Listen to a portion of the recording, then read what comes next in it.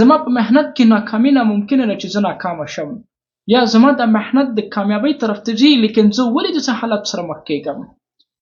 نو الله سبحانه وتعالی تا ته د هر څه ښکاره کوي چې ته څومره یو قوي انسان یې، په خپل ارادو کې، په خپل فیصلو کې، په خپل نیت کې ته یو ډېر مضبوط انسان یې.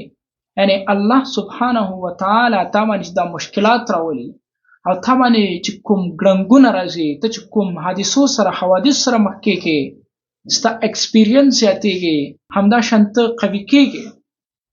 ته چې څومره فایټ کې، ته چې څومره مشکلاتو سره جنګېږي، څومره چې میدان ته وردانګې، څومره چې مشکلات ته د زغر په شانتې داسې مخکې ورځې، نو ستا هغومره ارادې مضبوطې کېږي او ته د دغې ګړنګونو او د حوادثو سره ته دومره عادت شي چې بیا تا ته دغه مشکلات ډېر اسانه شي.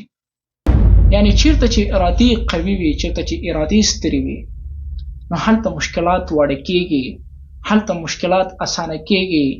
داسې فکر وکړه دا مشکلات تا ته خاندي، یعنې مطلب دا دی چې هیڅ نه دي.